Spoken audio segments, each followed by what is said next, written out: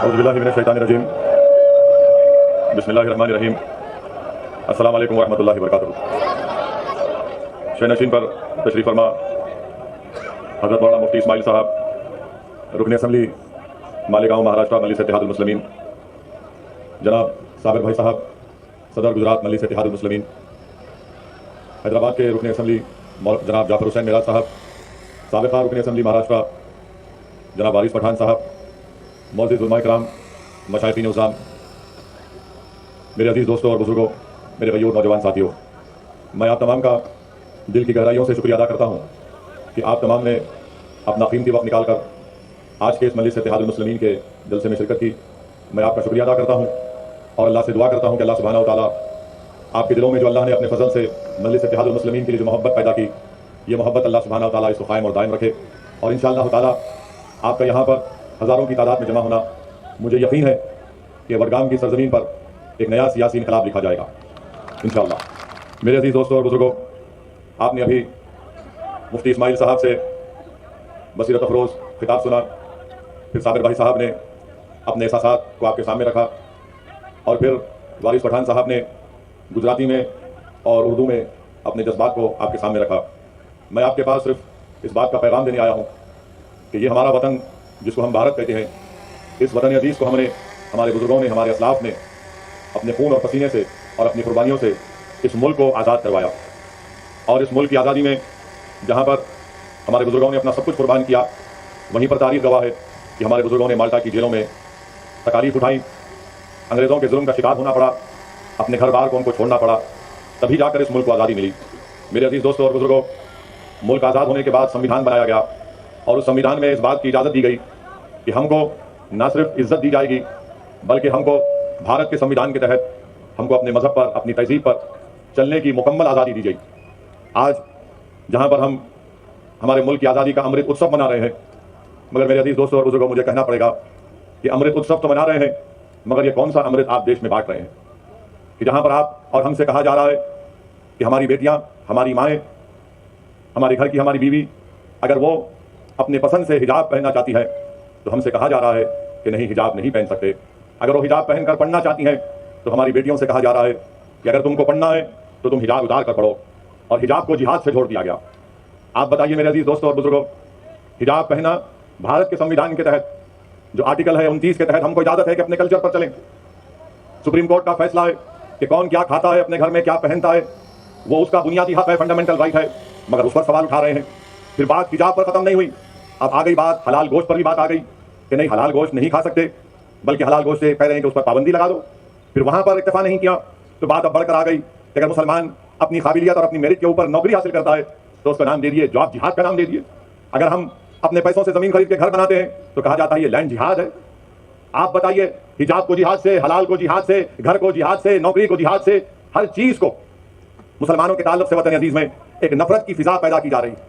हमारे हिंदू भाइयों को पैगाम दिया जा रहा है कि इस देश को अगर खतरा है तो मुसलमानों से। मैं आपके दरमियान में खड़े होकर ये बात साफ और वाज़ेह अल्फाज में कह रहा हूं कि इस देश को अगर खतरा है तो गांधी के कातिलों से खतरा है। इस देश को अगर खतरा है तो नाथूराम गोडसे को अपना हीरो मानने वालों से, इन जालिमों से खतरा है। मगर इस पर बात नहीं होगी। गोडसे के भक्त आज ये नफरत की फिजा भारत में पैदा कर रहे हैं। आज आप देख रहे हैं कि जब मैंने हिजाब के मसले को उठाया तो उत्तर प्रदेश के विधानसभा के चुनाव चल रहे थे तो मुझ पर तनकीद की गई कि वैसी तुमने उत्तर प्रदेश में हिजाब के मसले को क्यों उठाया। मेरे अजीज दोस्तों और बुजुर्गों, मैं हुफाज़ इकराम के दरमियान में खड़े होकर लबकशाई कर रहा हूं, मैं उलमा इकराम के दरमियान में खड़े होकर बोलने की जुर्रत कर रहा हूं। मैं सियासत के मदरसे का तालिब इल्म हूं और सियासत सीखने की कोशिश कर रहा हूं, और सियासत का तालिब इल्म होने की बुनियाद पर मैं ये कह सकता हूं कि हर चीज इस्लाम दुश्मन ताकतें ये देखती हैं कि मुसलमानों को मुल्क के एक हिस्से में चुंटी लेकर देखो, तनकीद करके देखो, इनको हिला कर देखो, इनका रद्द अमल क्या होगा। जब मैंने हिजाब के खिलाफ आवाज उठाई और कहा कि हिजाब हम पहनेंगे, हमारी बेटी, हिजाब हमारा बुनियादी हक है, अगर आज हिजाब पर खामोश हो जाओगे तो कल कहेंगे दाढ़ी बहुत लंबी है, कम कर लो। हमारी दाढ़ी पर बोलेंगे, उनकी दाढ़ी पर नहीं बोलेंगे। कल कहेंगे कि नहीं, टोपी बड़ी ठीक नहीं है, टोपी उतार लो। तो ये कोशिश जो मुल्क में की जा रही है क्या है? तनकीद करने वालों करो मुझ पर तनकीद, मगर हिजाब को क्यों टारगेट किया जा रहा है? क्योंकि मुसलमानों का कल्चर उनसे छीन लिया जाए, मुसलमानों की तहजीब को उनसे छीन लिया जाए। जब मुसलमानों को उनकी तहजीब और तमद्दुन से दूर कर दिया जाएगा तो मुसलमान क्या रहेगा? एक जिंदा लाश रहेगा। इसीलिए मैं आपसे कह रहा हूं कि आपको अपनी एक सियासी ताकत और अपनी आवाज को बनाना है। मैं आपको खोलकर कह रहा हूं, याद रखो मेरी इस बात को आप, कि हम हुकूमत को नहीं बदल सकते, मगर हम अपने वोट से हमारे दलित भाइयों को और हमारे सेकुलर रखने वाले हिंदू भाइयों को साथ लेकर अपनी पार्टी के नुमाइंदों को कामयाब करके गुजरात की विधानसभा भिजा सकते हैं, ताकि वो गुजरात की विधानसभा में खड़े होकर आपके इंसाफ का मुतालबा कर सके, आपकी आवाज बन सके, आपके तालीम के मसलों को उठा सके, आपकी जिंदगी और मौत और हयात के फैसले जहां पर होंगे वहां पर आपकी आवाज को रख सके। इसीलिए मैं आपसे अर्ज कर रहा हूं कि सियासी ताकत को पैदा करिए, सियासी नुमाइंदों को कामयाब करिए। तनकीद करने वाले तनकीद करते रहेंगे, मगर मैं दलाइल के साथ अपनी बात को हमेशा रखता आया और आज भी रखने की कोशिश करूंगा। मेरे अजीज दोस्तों और बुजुर्गों, आज आप देख रहे हैं कि ज्ञानवापी मस्जिद का मसला उठा दिया गया। जब मैंने उस पर कहना शुरू किया तो फिर से उंगलियां उठाना शुरू कर दिया, तनकीद करना शुरू कर दिया कि आखिर तुम क्यों बोल रहे हो। तो फिर आप बोलो ना, जो मुझे खामोश रहने के लिए कह रहे हैं आप क्यों नहीं बोलते। हिजाब के मसले में आपको बोलना चाहिए था, आप नहीं बोले। हलाल गोश्त का मसला है, आपको बोलना था, आप नहीं बोले। नौकरियां मिल रही है नौजवान मुसलमान को तो कहा गया जॉब जिहाद, आपको बोलना चाहिए था, आप नहीं बोले। अब मस्जिद का मसला आया तो हम जब दलाइल के साथ मस्जिद की बात करते तो कहते तुम क्यों बोल रहे हो। अरे याद रखो, मैं बोलूंगा, मैं इसलिए बोलता हूं क्योंकि मैं जिंदा हूं, मुर्दा नहीं हूं। मैं इसलिए बोलता हूं कि मेरे ज़मीर को मैंने अभी बेचा नहीं है, ना कभी बेचूंगा इंशाअल्लाह ताला। मैं इसलिए बोलता हूं कि मैं सिर्फ अल्लाह से डरता हूं, किसी मोदी से योगी से नहीं डरता हूं। मैं इसलिए बोलता हूं क्योंकि भारत का संविधान जिसको बाबा साहिब अम्बेडकर ने बनाया, मुझे फ्रीडम ऑफ एक्सप्रेशन की इजाजत है और मैं खोलकर अपनी बात को रखना चाहता हूं। हाँ, तुमको अगर मेरी बात पसंद नहीं आती है तो अपने कान में उंगलियां रख लो, मगर तुम मेरी ज़बान को बंद नहीं कर सकोगे। तो याद रखिए, अगर आज आप ये सोच कर आए कि हम इसका भाषण सुनेंगे तो मैं आपसे अपील कर रहा हूं कि मैं कोई कव्वाल नहीं हूं, कोई गाने वाला नहीं हूं, कि आप मेरी आवाज को सुनकर वाह हासिल करने में नहीं आया हूं। मैं इसलिए आया हूं और आता रहूंगा बगदान को कि आप जिस सरजमीन पर अपने सियासी लीडर को पैदा करिए, अपनी क़ियादत को मजबूत करिए गुजरात में। मेरे अजीज दोस्तों और बुजुर्गों, मस्जिद का मसला आया, मस्जिद तो मेरी है ना, मस्जिद तो मेरी है।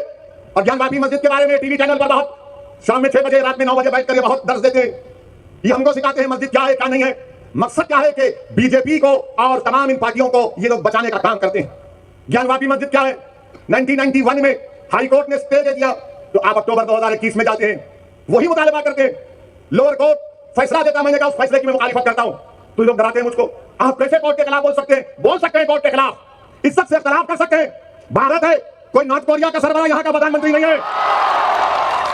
हम बोले, टीवी चैनल वाले आकर हमसे पूछे, तो हमने कहा कि 91 में पार्लियामेंट ने कानून बनाया जिसमें कहा गया कि 15 अगस्त 47 को जो मस्जिद और मंदिर थी वो वही मौका उसका रहेगा। अब आकर ये बोलते नहीं, सर्वे हुआ कि वीडियोग्राफी हुई तो आपको क्या तकलीफ है। हमको तकलीफ इस बात की है कि भारत के संविधान को कमजोर किया जा रहा है, सुप्रीम कोर्ट के फैसले को नजरअंदाज कर दिया जा रहा है। और अहमको जो मुझसे सवाल कर रहे, वो 91 का सेक्शन 4 सब सेक्शन 2 पढ़ लो। सेक्शन 4 सब सेक्शन 2 साफ तौर पर कहता है कि जो 15 अगस्त 47 को था वही रहेगा। मगर मेरे अजीज दोस्तों और बुजुर्गों, याद रखिए मेरी इस बात को, जब मैं 20-21 साल का था तो बाबरी मस्जिद को मुझसे छीन लिया गया। अब हम वही 19-20 साल के बच्चों की आंखों के सामने दोबारा मस्जिद को नहीं खोएंगे इंशाअल्लाह ताला। क्या आप तमाम लोग अहद लेते हैं कि हम कोई मस्जिद को नहीं खोएंगे? क्या आप अहद लेते हैं कि हम कोई मस्जिद को नहीं खोएंगे? अगर अहद लेते हैं तो हाथ उठाकर कहिए नारे तकबीर, नारे तकबीर। इनको पैगाम मिलना चाहिए, मस्जिद को हम नहीं खोएंगे। तुम्हारे दिल फरेब और हथकंडों से हम जान चुके तुम्हारे हथकंडों को। अल्लाह के रसूल सल्लल्लाहु अलैहि वसल्लम की शरीफ है कि मोमिन वो है जो 2 बार एक सुराख से नहीं डसा जाता। अब हम दोबारा नहीं इनको डसने देंगे।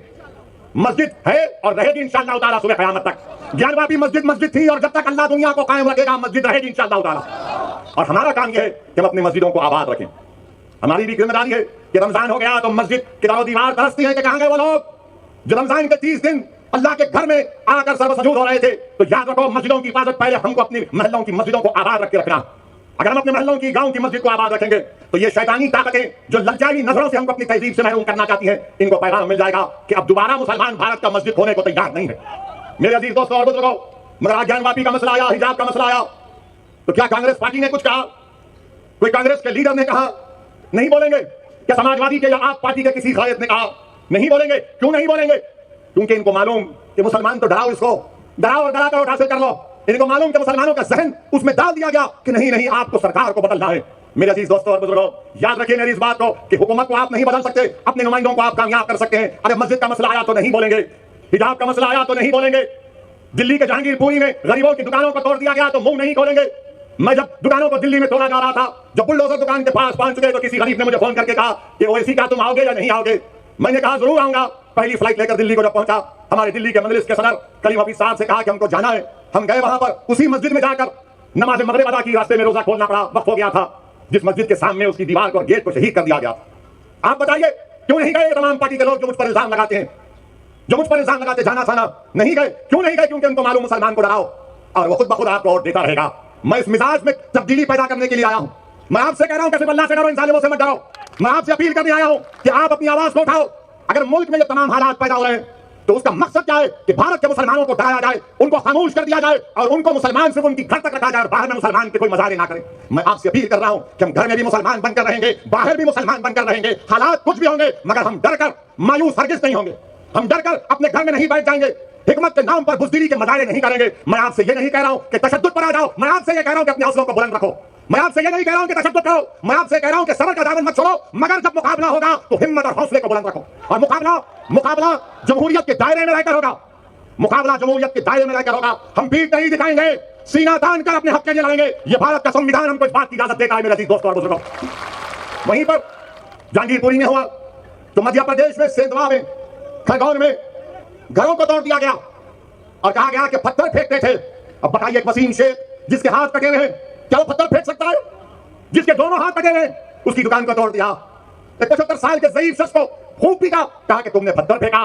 तो उस बूढ़े ने कहा, अरे मैं 10 कदम नहीं चल सकता, कहां पत्थर उठाकर फेंक सकूंगा? क्या कोई आवाज उठी कांग्रेस की तरफ से?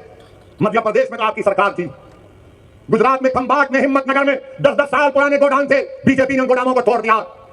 कौन है लोग तोड़ने वाले? क्या गुजरात का मुख्यमंत्री, मध्य प्रदेश का मुख्यमंत्री, गुजरात हाईकोर्ट का चीफ जस्टिस है? क्या तुम कोर्ट के जज बन चुके कि तुम तय करोगे कि कौन किसका घर तोड़ेगा? अरे आज तुम गरीबों का घर तोड़ रहे हो, याद रखो अल्लाह देख रहा है, अल्लाह देख रहा है। फिरौन को भी अपनी ताकत पर गुरूर था, नमरूद को भी था, यजीद को भी था, मगर सबका इख्तियार चला गया। अगर आज कोई इख्तियार के नशे में चूर होकर कह रहा है कि घर तोड़ दूंगा, तुम कितने घर तोड़ोगे बताओ? तुम घर तो तोड़ सकते हो मगर याद रखो इख्तियार तुम्हारी हाथ से छीना जाएगा इंशाअल्लाह ताला। इख्तियार किसी के पास नहीं रहता। बड़े बड़े लोग आकर चले गए। जब अलेक्जेंडर दुनिया से जा रहा था, जिसने आधी दुनिया को फतेह किया, तो उसने वसीयत की थी कि जब तुम मेरे जनाजे को लेकर जाओगे तो मेरे हाथ को खुले रखना। लोगों ने पूछा, अलेक्जेंडर द ग्रेट इसमें क्या हिकमत है? तो उसने कहा कि जिसने आधी दुनिया को फतेह किया, मैं पैगाम ये देना चाहता हूं कि मैं जब दुनिया छोड़ के जा रहा हूं तो मेरे हाथ खाली है, मेरे हाथ में कुछ भी नहीं। तो याद रखो, जुल्म करने वालों, जुल्म को रोको। उस खरगोन में, बल्कि उत्तराखंड, खरगोन और उत्तराखंड में हमारी एक मां ने कहा, क्या कहा उस मां ने? मैं बार बार जब उसका वीडियो देखता हूं तो मेरे रोंगटे खड़े हो जाते। हमारी उस मां ने कहा कि मैं सब्र कर लूंगी, अल्लाह नहीं करेगा इंशाअल्लाह। उस मां ने कहा कि मैं सब्र कर लूंगी, अल्लाह नहीं करेगा। और मैं आपसे अपील कर रहा हूं कि अल्लाह पे तवक्कल करो, जिद्दोजहद करो मेरे भाई, मेरी मां और बहनें, जिद्दोजहद करो। सूरह आल इमरान में अल्लाह फरमाया है कि सब्र करो, कमर बस्ता हो जाओ और सिर्फ अल्लाह से डरते रहो। हमको जिद्दोजहद करना है। अगर आप समझेंगे मेरी कांग्रेस पार्टी है, ये कांग्रेस पार्टी है क्या? मुझे बताओ, आप है क्या कांग्रेस पार्टी? बताइए। उनके मोहतरम बेचारे हर थोड़े दिन को कहीं ना कहीं होकर निकलते। आखिर है क्या कांग्रेस पार्टी? लोग हम पर इल्जाम लगाते हैं कि ओवैसी के आने से गुजरात में ऐसा हो जाएगा, ओवैसी मजलिस के आने से वो बीजेपी को फायदा हो जाएगा। मैं कांग्रेस पार्टी से पूछना चाह रहा हूं, आपने गुजरात में आखिरी मर्तबा सरकार कब बनाई थी? बताओ कांग्रेसियों, तुमने गुजरात में आखिरी मर्तबा अपनी सरकार कब बनाई थी? आपको मालूम है? कितने साल हो गए? कितने साल हो गए? बच्चे तो नहीं देखे और नहीं देखेंगे इंशाअल्लाह। आप जो बुजुर्ग देखे वो देख चुके, वो भी नहीं देखेंगे। इतने सालों से ओवैसी नहीं आया, इतने सालों से साबिर नहीं आया, इतने सालों से मजलिस नहीं आई। आप कैसे हार गए? कैसे हार गए? क्या मेरे जिन्नात आकर आपको बोले कि बीजेपी को वोट डालो? क्या मुफ्ती इस्माइल के मौकिल आकर आपको बोले? फिर कैसे आए आप? इसका कोई जवाब नहीं है इनके पास। मगर अब जब आ रहे हैं तो कह रहे हैं देखो हमारे खाली 3 एमएलए हैं, तुम क्यों आए? आप भीख मांग रहे क्या मेरे से? 3 आपके एमएलए हैं, अगर मजलिस उसको 12 कर देगी तो आपका ही फायदा है ना इंशाअल्लाह ताला मजलिस के। हम 3 नहीं चाह रहे, हम बढ़कर चाह रहे हैं, हम अपना हिस्सा चाह रहे हैं। अगर हमारे गुजरात के पटेल भाई मुसलमानों की उनकी आबादी 1 है और उनके 47 एमएलए जीत सकते हैं और हमारे 3 क्यों जीत रहे हैं? बताओ कौन डील कर रहा है? कौन डील कर रहा है? मेरे अजीज दोस्तों और बुजुर्गों, और फिर कांग्रेस के 12 एमएलए बीजेपी में भाग गए। मेरे से पूछ कर गए थे क्या? 12 भाग गए। क्या मैंने उनको बिठाकर हैदराबाद की बिरयानी खिलाई? वो तो मेरी बिरयानी नहीं खाए, वो तो नरेंद्र मोदी का ढोकला खाकर चले गए बीजेपी में। अब कांग्रेस पार्टी कुछ नहीं बोलेगी इस पर। आप क्यों आ रहे? राहुल गांधी अमेठी में हार गए, मैं नहीं था। कैसे हार गए राहुल गांधी बताओ? फिर आप केरल को जाते हैं, केरला को, वहां पर जीते। क्यों जीते? क्योंकि 35% मुसलमान है। अमेठी में हार गए, मैं नहीं था, मजलिस नहीं थी। मैं बोलेंगे नहीं ओवैसी वहां से गुजरा था, मैं तो गया भी नहीं। आपके 12-13 एमएलए गुजरात से चले गए। क्या यह बात सच नहीं है कि वडगाम के कांग्रेस के जो साबिका एमएलए थे मनी भाई चले गए? क्या कर गए? क्या आपके खाने की दुकान पर मनी भाई खाकर गए थे क्या कि भाई यहां पर अच्छा खाना मिलता है, मैं खा के जाऊंगा? मनी भाई चले गए। अच्छा, फिर एक और इनका मिल गया जिसका नाम है अश्विन कोटवाल। उसने पेपर में बयान दिया, मैं पढ़ा, जिसमें अश्विन कोटवाल ने कहा कि मैं कांग्रेस से जीतता जरूर था, मगर मैं अश्विन बोल रहा है कि मेरे दिल में नरेंद्र मोदी की मोहब्बत थी। क्या मोहब्बत है कांग्रेसियों की, जबान पे मुसलमान और दिल में मोदी की मोहब्बत है। और आकर हमसे कह रहे हैं कि आप इलेक्शन क्यों लड़ रहे हैं। मेरे अजीज दोस्तों और बुजुर्गों, महाराष्ट्र की असेंबली विधानसभा में असेंबली में मुफ्ती इस्माइल हमारे कायदे मुकन्निन आए और धूलिया से फारूक शाह हैं। आप उठाकर असेंबली की कार्रवाई देख लीजिए। बिहार में मजलिस के 5 एमएलए बिहार की विधानसभा को हिला कर रख देते हैं। सीमांचल के इंसाफ की बात होती है। ये 3 जो जीत के गए, कितने बार मुंह खोला तुमने, कितने बार तुमने हक और इंसाफ की बात की। भारत की पार्लियामेंट में 540 की लोकसभा है, सिर्फ 2 रुकने लोकसभा है मजलिस के मेयर इम्तियाज जलील साहब। अब जब दोनों में से कोई एक खड़ा हो जाता है 5-6 मिनट के लिए बोलने के लिए, तो बीजेपी के 300 एमपी खड़े हो जाते हैं, क्या बोलेगा सुनने के लिए। हम सिर्फ 5-6 मिनट बोलते हैं, 5-6 मिनट, और सब खड़े हो जाते हैं। कौन नरेंद्र मोदी के सामने एनपीआर एनआरसी के कानून को पास किया? क्या कांग्रेसियों ने पाला था?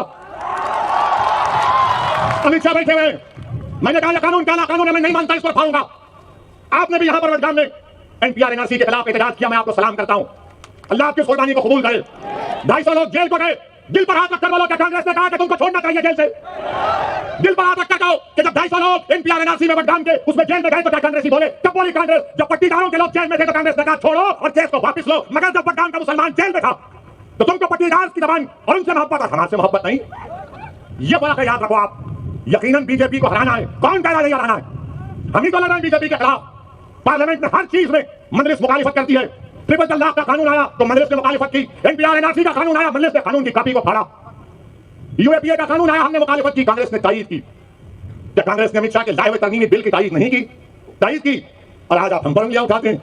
मेरे अजीज दोस्तों और बुजुर्गों, मेरी जिंदगी का एक ही मकसद है कि मेरी जमात का पैगाम यही है कि आपके सियासी नुमाइंदे कामयाब होकर जिला परिषद हो, असेंबली हो, पार्लियामेंट हो, जाना चाहिए। आपकी आवाज सुननी चाहिए। अगर आप नहीं आवाज उठाएंगे और सिर्फ कहेंगे कि हम सिर्फ आंसू बहा देंगे, डर कर, याद रखिए आप जमहूरियत में हैं, लोकतंत्र में हैं।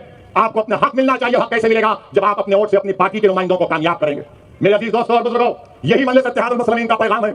अपनी से किसी ने पूछा कि ये ज्ञानवापी के नीचे क्या देखना चाह रहे, ताजमहल के नीचे क्या देखना चाह रहे, कुतुब मीनार के नीचे क्या देखना चाह रहे, तो सोशल मीडिया पर मैंने ये पढ़ा, मेरे को नहीं मालूम, वल्लाहु आलम।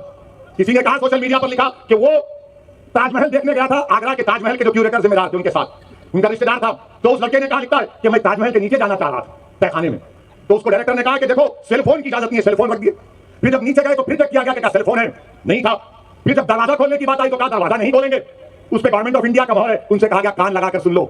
तो उस लड़के ने ताजमहल के तहखाने में जो कमरा है उसमें कान लगाकर सुना, और वो खुद सोशल मीडिया पे लिख रहा है कि उसने बड़ी खूबसूरत इंसान की आवाजें सुनी। उसने बड़ी खूबसूरत इंसान की आवाजें सुनी। और वो क्या कह रहे थे ताजमहल से कि चौकीदार को बोलो नौकरियां नहीं है नौजवानों के पास, चौकीदार को बोलो कि पेट्रोल की कीमतों को कम करें। आवाज, सुरीली आवाज आ रही थी कि चौकीदार से बोलो कि महंगाई बहुत बढ़ गई, कम करो। और फिर बाद में आवाज आई कि चौकीदार चोर भी है। ये मैं नहीं, वो तो लिखा है। मुझ पर केस नहीं बुक कर सकते आप, सोशल मीडिया में आया है। ताजमहल के तहखाने में क्या है? अब यार हमारे घर में चिराग नहीं जल रहा गरीबों के, तुमको ताजमहल के तहखाने की फिक्र है, कुतुब मीनार की फिक्र है, तुमको हर चीज की फिक्र है, मगर भारत के गरीबों की फिक्र नहीं। देश के प्रधानमंत्री को अय्यूब पटेल की बेटी की तकलीफ को देखकर देश के प्रधानमंत्री भावुक हो जाते हैं, मगर खंभात और हिम्मतनगर में उन गरीबों को जो धूप में आज अपनी जिंदगी गुजार रहे हैं, जिनके घरों को तोड़ दिया गया, देश के प्रधानमंत्री क्या आपके आंख में आंसू नहीं आएंगे? क्या आपके आंख में आंसू सिर्फ टीवी कैमरा को देखकर आएंगे? मेरे अजीज दोस्तों और बुजुर्गों, ये भारत की हकीकत है। कब तक है परमिशन? हाँ ठीक है, कोई बात नहीं है। हाँ नहीं, अरे 10 बजे खत्म करेंगे, क्योंकि अभी थोड़ा बाकी रखेंगे ना। मैं फिर आऊं ना, बताऊं, आप फिर आना पड़ेगा ना मुझे। आप तमाम लोग हमारा साथ देंगे ना? आप तमाम लोग वडगाम से मजलिस को कामयाब करेंगे इंशाअल्लाह? जरा हाथ उठाकर बोल दीजिए। मेरे अजीज दोस्तों और बुजुर्गों, मैं आपसे सिर्फ इतना ही कह रहा हूं कि अपनी सियासी आवाज को बनाइए। मेरी जिंदगी का, आपकी जिंदगी का कोई भरोसा नहीं है। जब हम उत्तर प्रदेश में थे तो 6 गोलियां चलाई गई, अल्लाह का करम था बच गए। तो ये जालिम बोले नहीं, नीचे क्यों चलाए? तो मेरे प्यारे, कभी तुम अपने घर में खुद अपनी बीवी को बोलो कि बेगम मैं गाड़ी में बैठता हूं, मेरे पैर के करीब मार के दिखाओ। एक पटाखा इनको फुटता है तो रात भर नींद नहीं आती। तो बहरहाल अजीज दोस्तों और बुजुर्गों, आपका तहे दिल से शुक्रिया कि आप तशरीफ लाए। मैं आपको सलाम करता हूं और आपसे वादा कर रहा हूं कि वडगाम को फिर से आऊंगा और आपके किसी एक दुकान में बैठकर खाना भी खाऊंगा। अस्सलाम वालेकुम व रहमतुल्लाहि व बरकातहू।